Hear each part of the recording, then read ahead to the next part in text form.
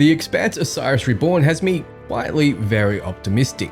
It's the next narrative-driven action RPG with very obvious Mass Effect DNA that we can look forward to. Recently, the devs shared a ton of new information with us, including more on classes, companions, customization, romances, and exploration, so let's get right into it. Osiris Reborn is Owlcat's first attempt at an action RPG. Their usual MO are isometric RPGs like the award-winning Pathfinder and Rogue Trader titles, though all their games have been critically rated highly, so I have confidence we're in for a treat. You'll have your own ship, crew, and a set of problems to overcome, which will happen parallel to the events of the books and the show, but are separated enough that your choices will matter. So let's start with classes. They had a discussion about it early on in the development process. They've gone the way of encouraging experimentation with your playstyles, at least early on in the game, which a lot of people will be happy about. I'm someone who agonizes over class choices but ultimately prefers having them, as they make it feel more focused and give the game more replayability. Look at the Mass Effect trilogy versus, say, Andromeda. However, I understand those who like being able to shift and play around with all the features. The devs first looked at the possible ways the player might perceive the game, what their power fantasies may be, and how they want to express themselves in combat. You might want to be a sniper, a hacker, an engineer, or more. So they went ahead and designed those playstyles. Then they thought about how they could mix it up a bit. They wanted to let players experiment with the tools that they encounter in the game. You may have noticed in the announcement trailer that there's a really interesting looking shoulder cannon. Well, if you find that and you've invested in the sniper playstyle, say, they want you to be able to still equip and experiment with it since it fits the lore. But maybe you should experiment and subscribe to Dantix. It's flexible as well, and you can always change your mind later. So the devs say your starting preset will gently guide you towards a power fantasy of your choice. However, and this is the part I like, the players will need to commit to their choices, as it's an important part of the system. If you could just switch everything on the fly, it kind of makes your choices less important. These are the developers' words, and I have to wholeheartedly agree. Being able to switch up my build in games such as Andromeda really ruined the growth aspect of the game for me. So at some point, you'll be locked into your chosen playstyle with the guns and gadgets to go along with it, then build around those and grow and become more powerful. The devs give us time to experiment, but boss man, you'll eventually need to commit to something. The combat system has different layers. First, the gunplay, and within that you have multiple types of weapons you can use. Now, the Expanse universe leans into realism more than some other hard sci-fis. If you get shot, you're going to be exposed in most cases to hard vacuum, and naturally offensive tools have outclassed defensive ones, as we saw in the show.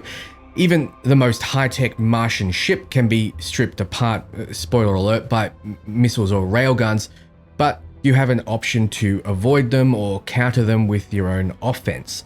No, there won't be ship combat, but the point remains. You do get your own ship though with your own set of companions. You'll need to avoid enemy fire in combat, which is why this game, like Mass Effect, will be a cover-based shooter, which in my opinion is the way to go. The second layer of combat is your abilities. Yes, you'll have abilities in the game based on your character's growth and your companions. Abilities can be involving your gadgets, so grenades or the aforementioned shoulder cannon, drones, and the shield we saw in the reveal. There are lots of gadgets you can choose from depending on your playstyle.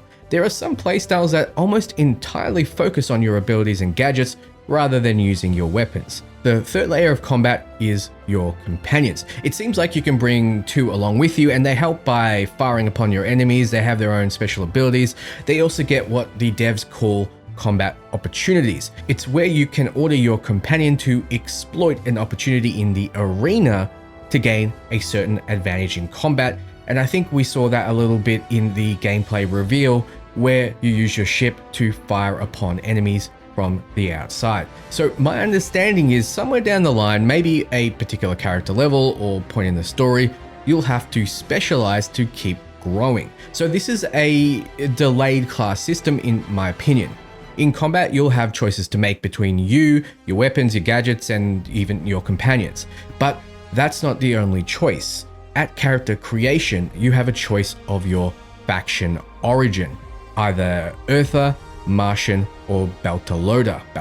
You'll also have facial customization and body type choices. Facial customization is fairly standard in these kinds of games, but I feel as though body type choice just means male or female these days, as they usually are matched with the male or female voice actors. Now, you start the game as a pink water mercenary of your chosen faction origin. You also start with a sibling who will look similar to you, but still slightly different. They will start with the same origin as well, but it's unclear if you start with a male character if you'll get a female sibling and vice versa. So this way they could get the full use out of both voice actors, and I think that would be a smart choice. Imagine if Broshep and Femshep got each other as squad mates. That would be something special to see. Someone actually mod that shit in.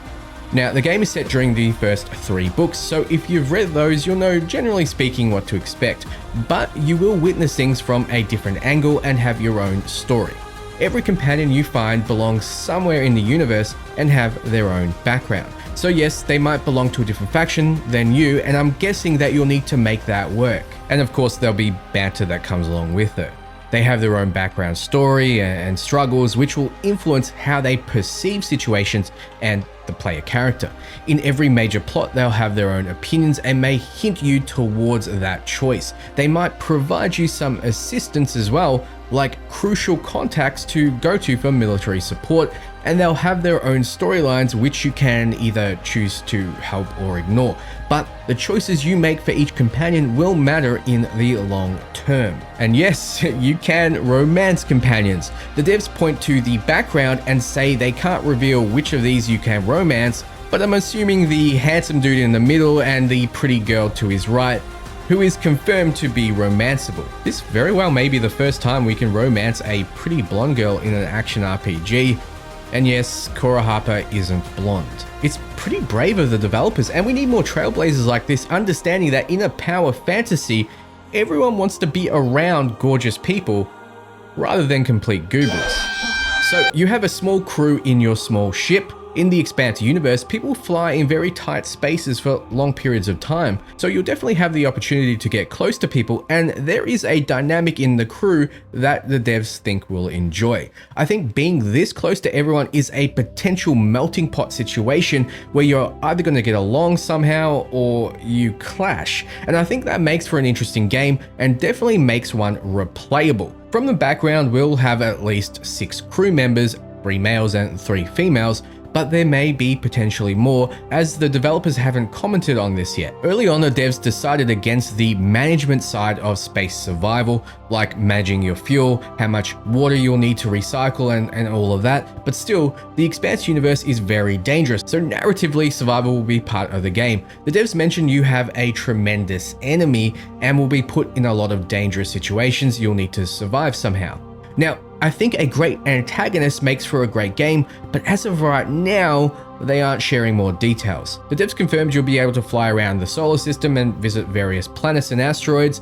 So far, they've confirmed Luna, Mars, Ceres, and Io, but they also tease there'll be other cool places to visit. Some of the places you can visit will be major social hubs where you can walk around, explore, meet other people, drink at the bar, shop for better equipment, and so on. We've seen how that can be the case on the show in places like Ceres, so it's exciting to explore those places in-game, especially since we're approaching it from a completely different perspective, almost side by side with James Holden and friends, but also completely separate.